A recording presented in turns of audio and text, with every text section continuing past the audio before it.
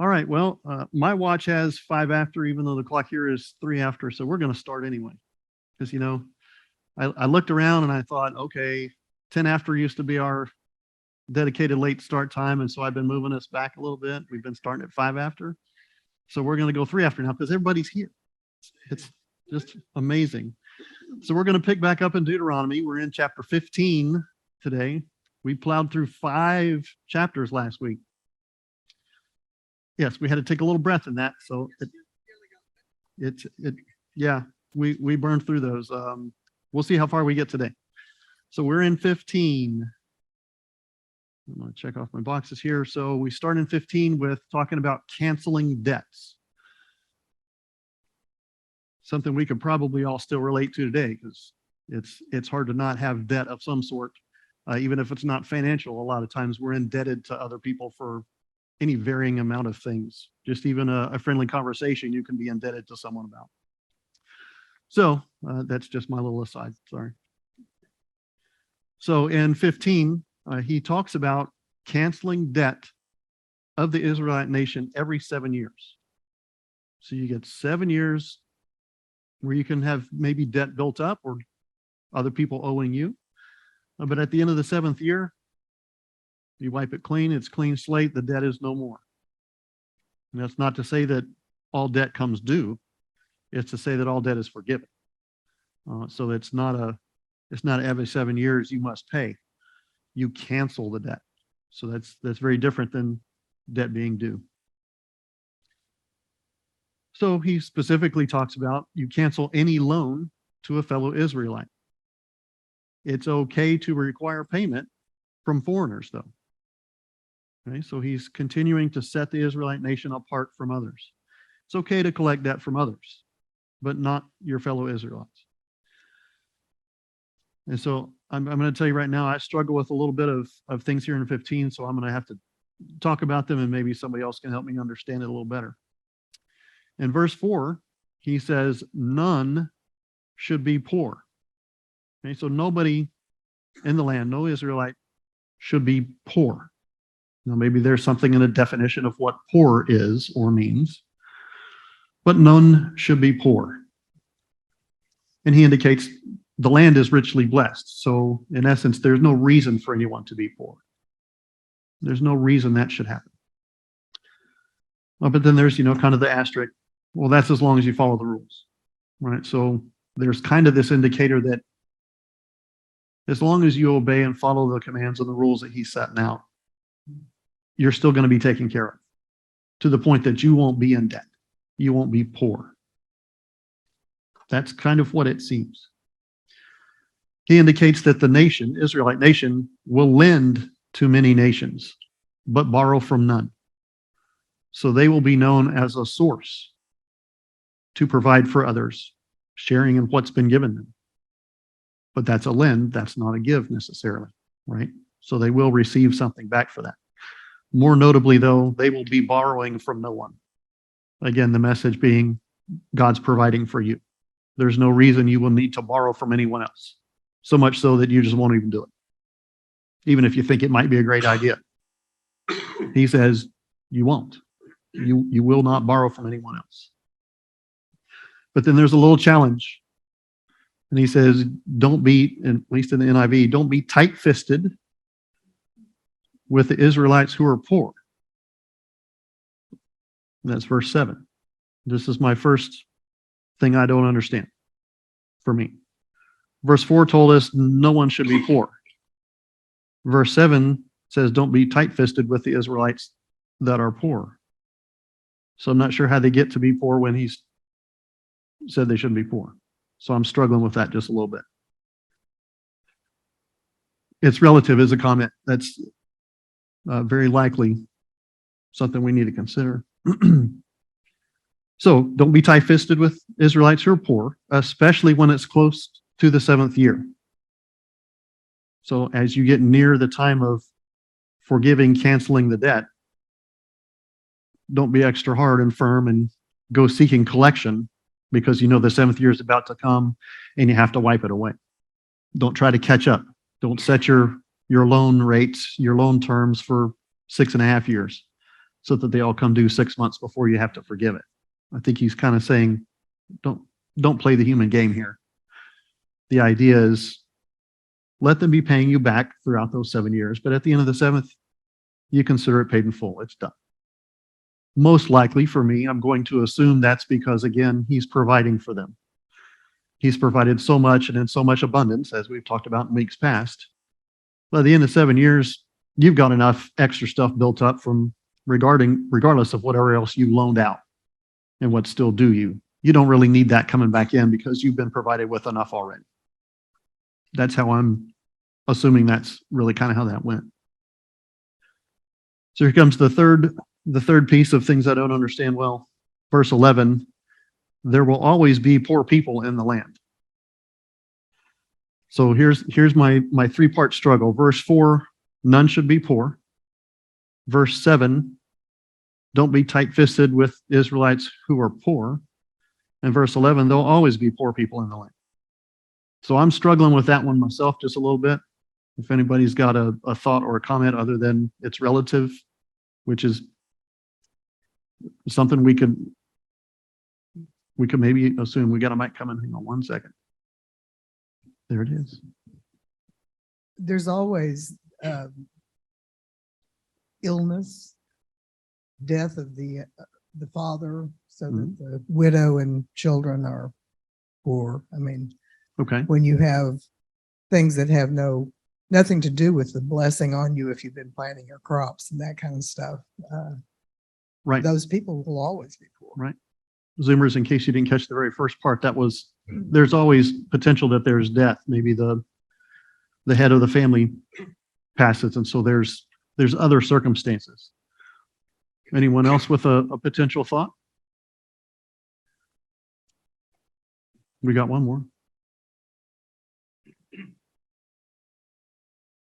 Testing. Almost. Okay. Testing. There we go. The one other thing to build on that, I believe, is that not only is there always going to be a situation where someone can become poor very quickly with no foresight or no plan, but also this is also kind of setting it up if they really buy into this idea that God will provide. It's also setting it up where they're always, I think, in my opinion, looking for someone to help. They're always looking for the poor. None shall be. Don't be tight-fisted with them if they are there, and there will always be some. Right. Well, maybe the Lord will always provide somebody to be rescued so they can always be reminded of his rescuing. Right. This ties into being relative as well. If there's someone less fortunate than myself, maybe I wouldn't normally use the word poor, but that means there's still someone there that can be helped. So here's my thinking note on this was a different path. It's okay. We know he's talked over and over. Here's the rules. Here's what you do. Here's how you do. And I know you're not going to keep them. So here it is again. So I'm almost wondering if some of this also is, he's kind of telling them he already knows they're not going to follow the rules. Nobody should be poor. Don't be this way with them, but they'll always be there. There's another piece where we, as the human element in the story, unfortunately are doing our human part by not following through and complying. There could be something with that as well. Interesting things. Deuteronomy, such a interesting book. So appreciate your comments on that. That's good. That helps us all think together. Group think is a good thing usually. Okay, we continue on. He talks about freeing servants. This again happens on the 7-year cycle. So Hebrew men or women who sell themselves into servitude.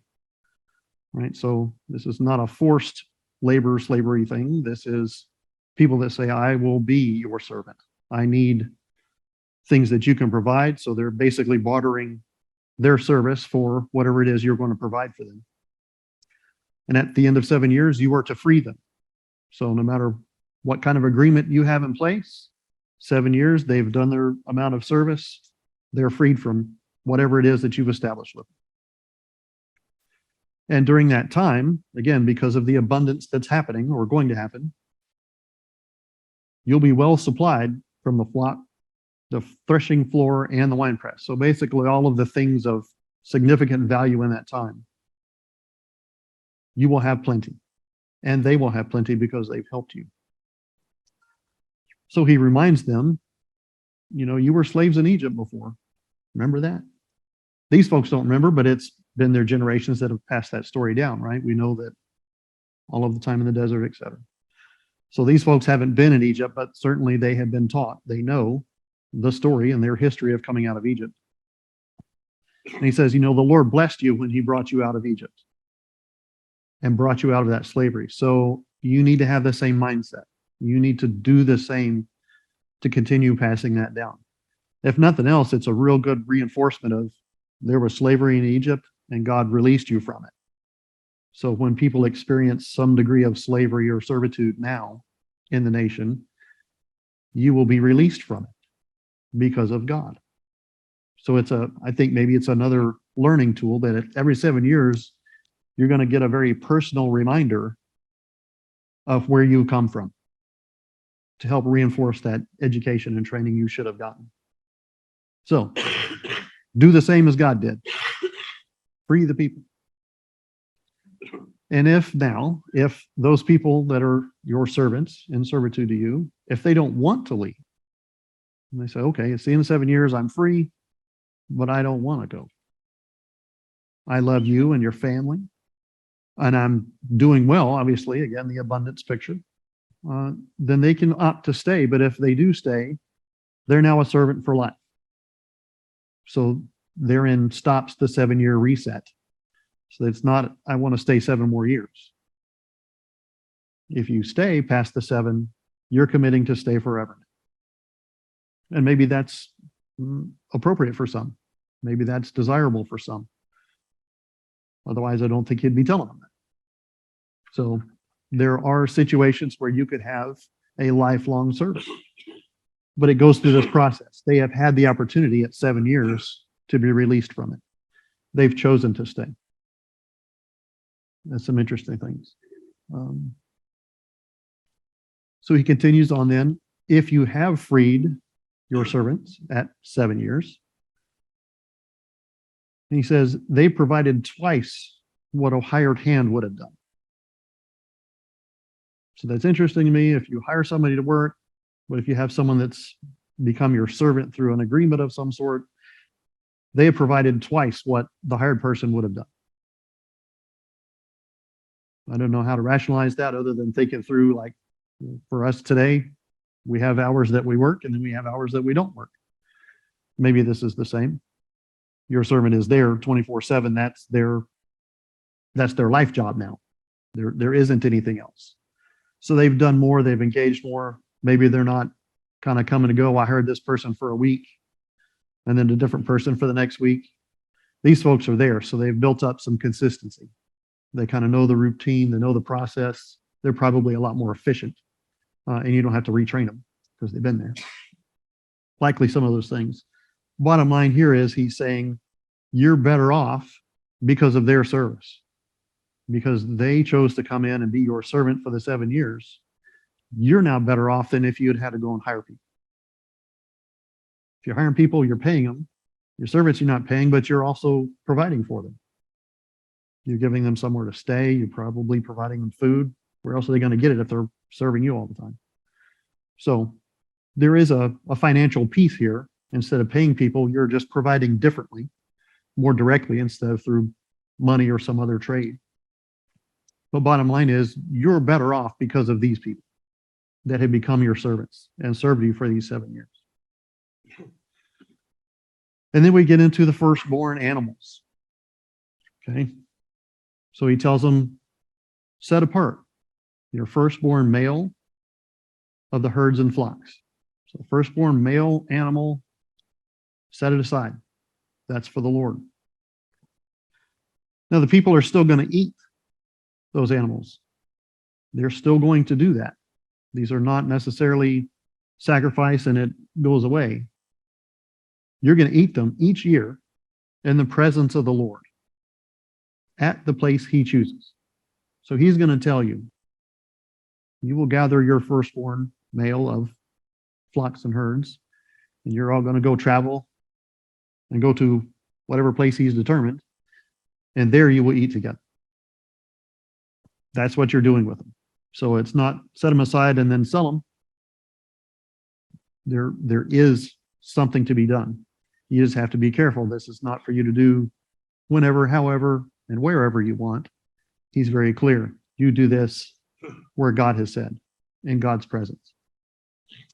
Now, if that firstborn animal has a defect, it's lame, blind, has some kind of serious flaws it's talking about, you don't sacrifice it. But you can still eat it in your own house. And anybody can. So not just certain people, not just foreigners. We've seen some of that in the past. So you can't eat this, but a foreigner can. Okay, so if the firstborn animal that you're supposed to do these things with isn't going to be worthy, something that's not appropriate to present to God and eat in his honor and his location, you still eat it. It's not wasted. Right? They're not wasting even in abundance, they're not wasting.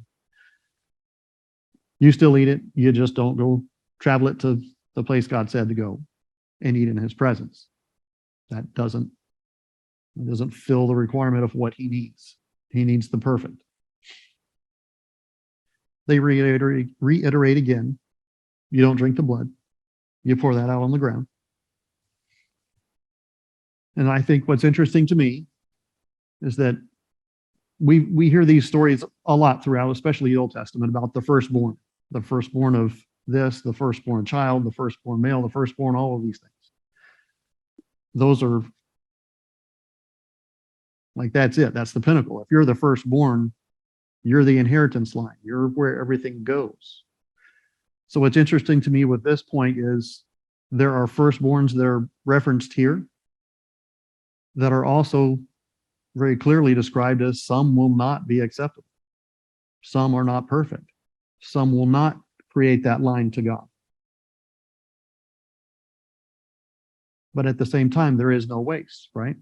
It wasn't kill it and just throw it away. You still used it. So to me, that's a really nice indicator to me to tell me God's looking at us as firstborn or secondborn, but still firstborn or whatever our place is, that even firstborns could not be perfect. And they yet still have a purpose. And they're still useful. And he still acknowledges them and how they still have a part to play. I think that's pretty nice. Everything still has value, which maybe is something we got to stop and think about every once in a while of, I'm not perfect. I'm not the one that got selected for this job or this task or this recognition. You still have value.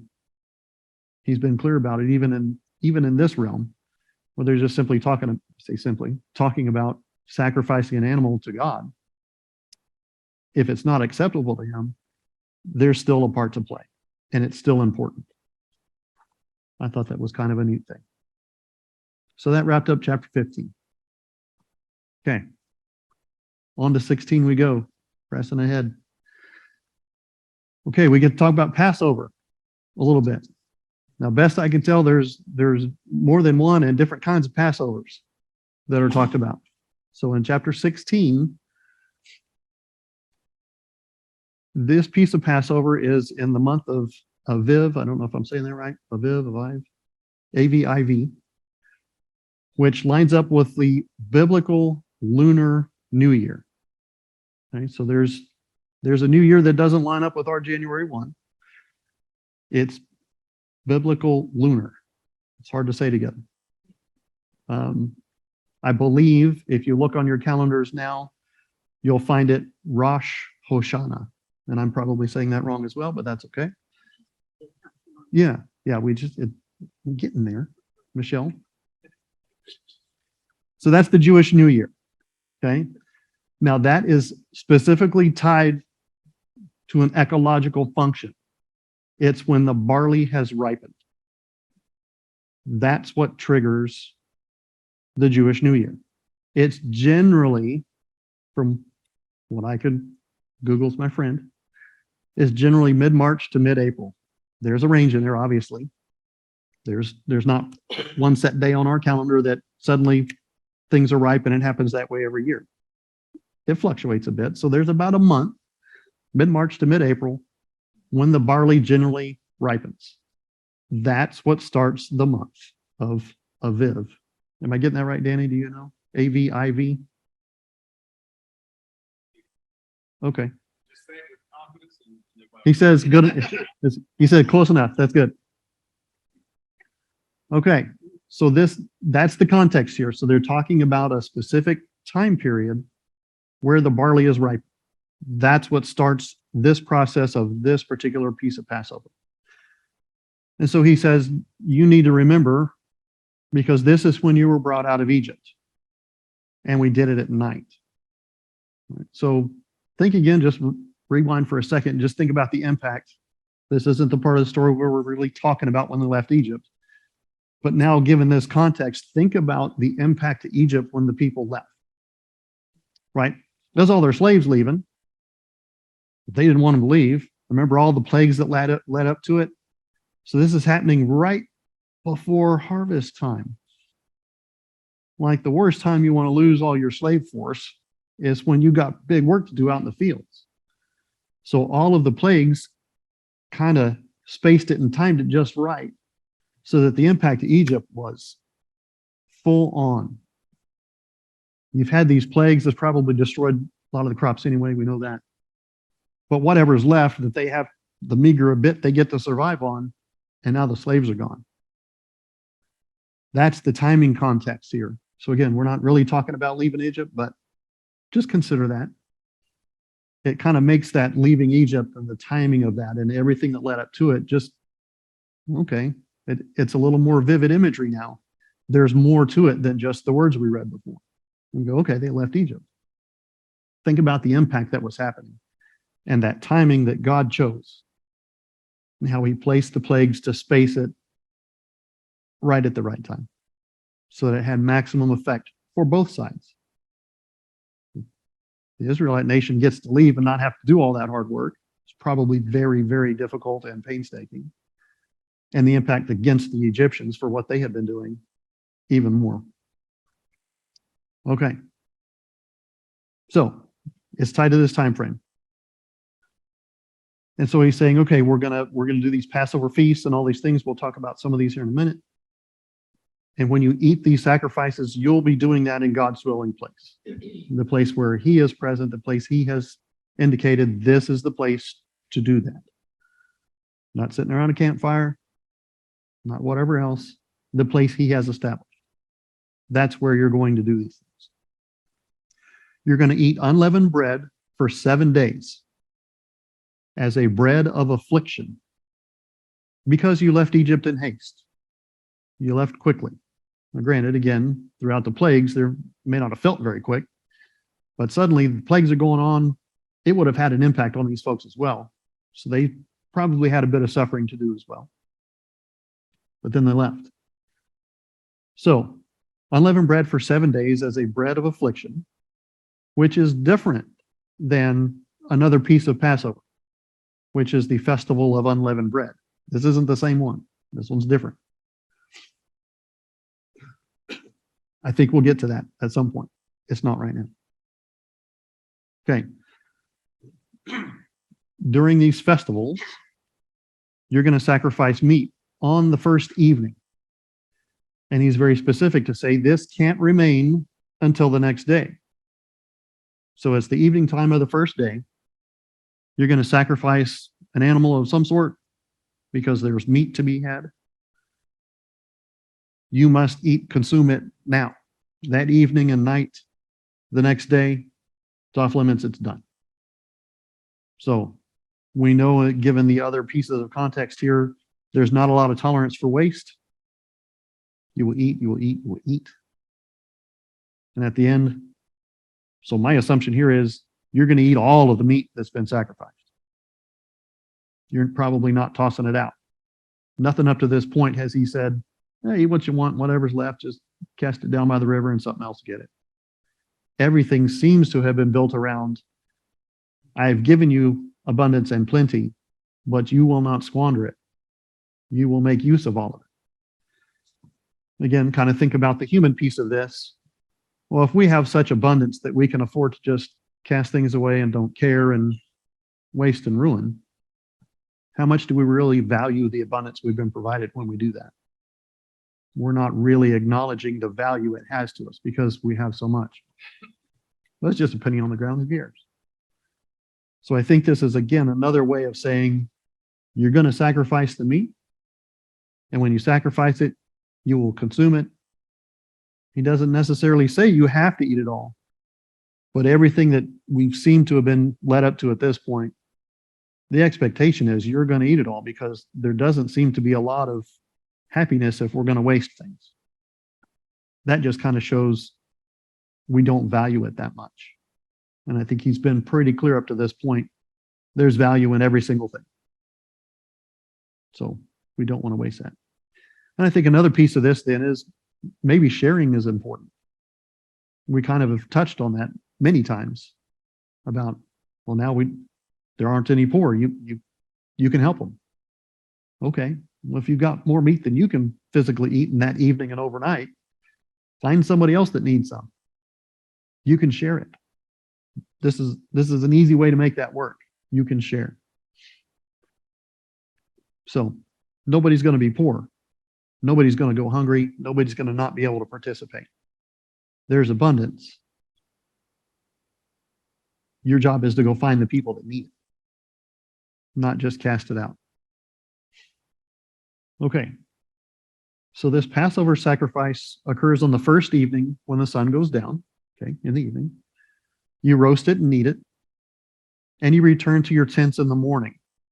So this kind of follows a little bit what we were just saying. It's not necessarily get together for an hour and let's eat and then we're done. We'll go catch a movie. It's you're there all night long. You don't return to your tent until the morning time. So this is the all-night party. You're there together sharing and doing things, so much so that he's even telling you there's no going to bed early. You will all stay together, be together. You don't go back to your tent until the morning time. Even if you're done eating, you stay together until morning time. I find that interesting. All right, so again, we were in the unleavened bread. That was a 7-day deal. So we've only talked about the evening and overnight of the first day. So you continue eating the unleavened bread for 6 more days. And then you have an assembly to the Lord on the 7th day.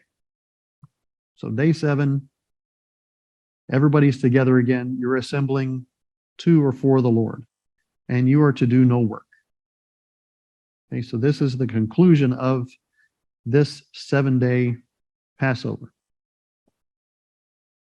That's your first week in this time frame, right? Remember the time period we're in, barley's ripened. They're going to do these things for 6 days, and on day 7, assemble together, don't do any work. You're together for the Lord. So the chapter now transitions a little bit and talks about the Festival of Weeks. I think we've talked about these, heard about these some before, so we'll run through these real quick. The Festival of Weeks is to last 7 weeks from the beginning of the harvest of grain, late May or June is now the time frame. That's when it ends. So it's 6 weeks from the end of the Passover we just talked about. Okay, we talked about the Aviv, the Passover, being 7 days long. That's a week. Festival of Weeks is 7 weeks long. It starts right after the end of that first week we talked about. So there's 6 weeks worth of time here where things are happening. That's when you begin the calculation of the Jewish year. It can be 12 or 13 months long because it's tied to the barley ripening, the time of harvest. Okay. So if it's not quite ready, you have to wait. He describes that a little bit. So here's the thing. In my research, if barley's not ripe after 12 months, Then you wait another month before you celebrate Aviv. Okay, so when you go to look and the barley isn't ripe yet, you don't wait 3 days until you think it's ripe. You don't wait 6 days. You don't wait 7 days. You wait a month. That's why you're a 12 to 13 month. So it's not go check it every day. It's close enough. I got extra workers here. I need to go. No.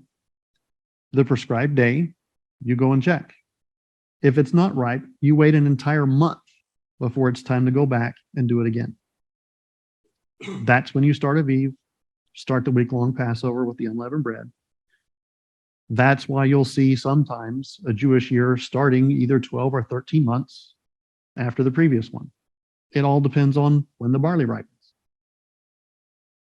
I haven't ever harvested barley. I'm not sure I know what it looks like when it ripens. Pretty sure they would have understood that.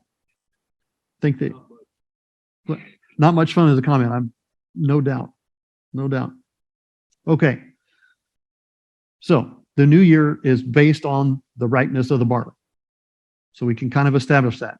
And that's why maybe our timelines and our years don't necessarily have to match up to what was going on in this time, because a year could be 13 months long.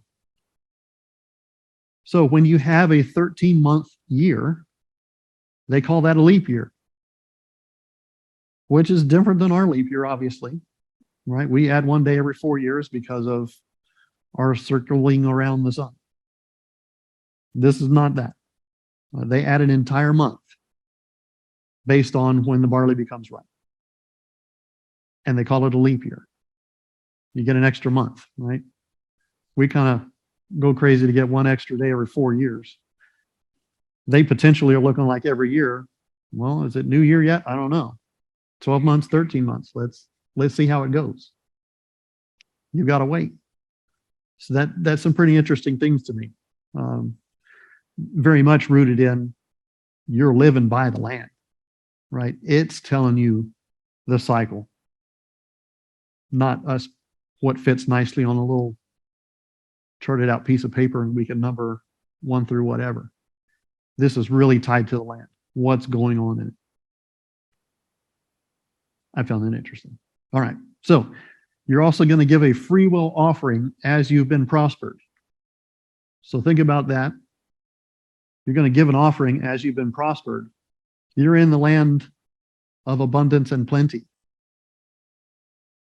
So this is probably not super remarkable other than, remember, their perspective of coming through the desert. So they're having to fathom how much this must be. I'm even going to give a free will offering based on how much I have received from the Lord through this abundance. And it's going to be in proportion to what he's given you, obviously. And you're also going to do that at the location he establishes, his dwelling place. And very specifically then, everyone participates. Everyone does this part. Your family, foreigners, your servants, the fatherless, the widows, and the Levites. And remember, the Levites don't have flocks and fields. They don't go do that work. Their work is in the tabernacle. But they receive portions of what everybody else has. That's the role of the Levite. Do this work, but you will be provided for a little bit different channel. You're not going to be working the land and having servants and doing these things. It's provided as part of everyone else's role. That's what they do. So even the Levites are going to participate in this. Notable because so far the Levites don't have anything of their own to give. They're on the receiving end. Again, notably, we know why. He's told us and explained it. We're good with this. Sounds like a good trade-off. They're going to handle all the churchy stuff, and we're going to make sure they have the ability to focus on that and do it. But now they are also going to participate in the free will offering by things that they haven't worked with their own hands necessarily to gather and achieve and do. Yet they're still expected to participate in this way. I think that's also interesting. Okay, so there's Festival of Weeks. The next piece discussed is Festival of Tabernacles. You celebrate that for 7 days after you gather the produce of the threshing floor and the winepress with everyone at the Lord's dwelling place together again. Okay, so it's just another piece. But instead of talking about meat and animals, now we're talking about the threshing floor. So the processing of the harvest and the winepress. So the processing mostly of olive oil. It's kind of, again, one of the main pieces that they're dealing with at that time. So there's not a lot really talked about Festival of Tabernacles other than that. It's a different piece of. You celebrate it for 7 days after you've done the work. So it's kind of the celebration of we've done the work. We've received and processed God's abundance. We've turned it into how he naturally provided it. Now we've done the human piece of going and grabbing and processing to make it storable and usable for us. That's kind of the Festival of Tabernacle, is the end celebration of the work's done. We can take a breath. So not a lot of detail on that one yet. So we pick up then in verse 16. He's prescribing now 3 times a year where all men must appear before the Lord at his dwelling place. So 3 times a year. The festival of unleavened bread, the festival of weeks, the festival of tabernacles. Those appear to be the 3 times. Okay, so we just talked about them, some in a little bit more detail than others, based on what was in the scripture. Those are the 3 times per year all men must appear before the Lord at his dwelling place. So again, not in your own houses, not in your own little towns, doing your block parties and that kind of thing. You're coming together where the Lord says to do these things very specifically and together, providing the opportunity to share, to make sure everyone's needs are addressed. There are no poor. You're looking for them, you're helping them, you're sharing with them. Together, maybe it's kind of law of averages, right? You got somebody poor, you got somebody with superabundance. Everybody's averaging out here, and it's a good thing. No one should appear before God empty-handed. Now, whether kind of open for us to try to figure out, does that mean because they're sharing and caring for others that have need, and we make sure we provide that? Or is that also maybe a way that says, even if someone's poor, there's still enough of the abundance that they don't show up empty-handed. They still have something. Not necessarily because it's a handout from someone else. I don't know. It's not super clear to tell me exactly. But I think we can probably figure out what's God likely to have done. Not provide for some and make it run some other course to get to them? Probably not. They're in the land of plenty. So my guess is no one's coming before him empty-handed, because that's an indicator everyone is receiving some of the abundance. Maybe some more than others, yes. But everybody's got access to it. That's how I tend to think that's probably how it went, just based on the character of God that he's shown us to this point. And still, because of that, you bring a gift that's in proportion to how God has blessed you. Right? So kind of think about that free will offering. He didn't prescribe how many shekels or bushels or any of those things. He said, in proportion to what I've given you and provided for you. That continues on in this section. So you're evaluating, okay, I've been in a desert, now I'm here, and I have this abundance. How much do I think God deserves of that? And you know he's looking. So not likely that somebody's just going to flip the latch on the door and stay inside and say, I'll skip this year because I want to keep all this to myself. He's kind of laid it out. Everybody participates. Everybody travels and goes together. And they do this together as one. That's some good stuff. Now we're shifting gears. We're still in the same chapter, the way that us humans decided to break it up. But now we're going to talk about judges. So he says, you can appoint judges and officials for each tribe in every town God gives you. So everywhere you go, everywhere you establish a town and get things kind of set up, you can appoint judges and officials for every tribe in every town. But you should not pervert justice. Okay, so if you're going to do the job, then do it right. That's no big surprise that he would be telling them something like that. Don't show partiality. So again, if you're going to be a judge, you should do that job correctly, do it right. And don't accept a bribe. So those three pieces are specifically called out in Scripture for us. Don't pervert justice, don't show partiality, don't accept a bribe. Big flashy lights. If you're going to take the job or take the role, do it the way you're supposed to. Don't be that guy. Okay? And that's kind of interesting to me because that's kind of the close of the judges section. It's a very quick, brief thing. You can do it. Appoint the people, but do it right. One of those, come on, do it right. Don't make this hard. There's a role. Do these things, you'll be okay. And then closing out chapter 16 is worshiping other gods.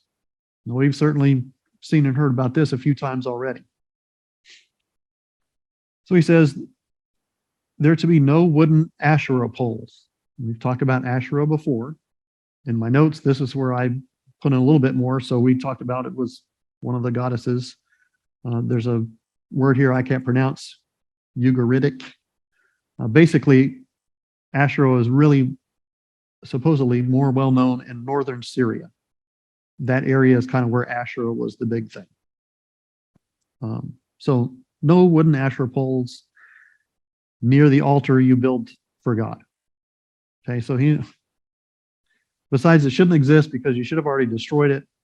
If there's one hanging around somewhere, it better not even be close. Which is, to me, also telling us, don't make the God that you're worshiping interchangeable.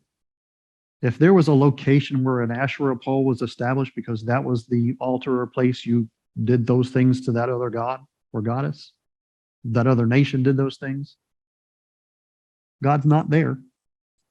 You didn't knock the pole down and now suddenly that's the best place for him to be. He is separate and different. So it's not, this is the hilltop and we put the Asherah pole there, so that must be the best place to be. So knock the pole down and build our altar to God, and that's still the best place to be.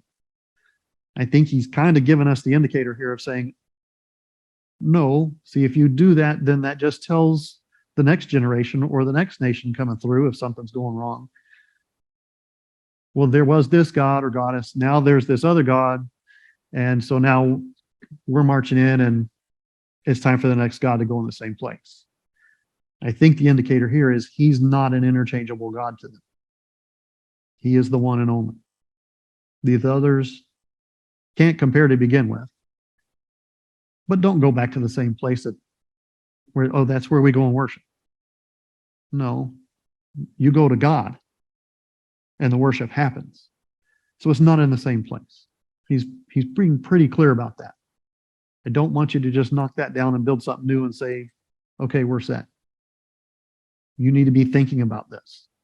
Go somewhere else. I'm God. Not all this other silliness that's been happening. I'm not just interchangeable. I'm not a Lego block that you click down the red instead of the blue. It doesn't work that way. You go somewhere else. You're not to have sacred stones. Okay, no big surprise. Again, there's this recurring commentary that there's things that the people did or worshiped.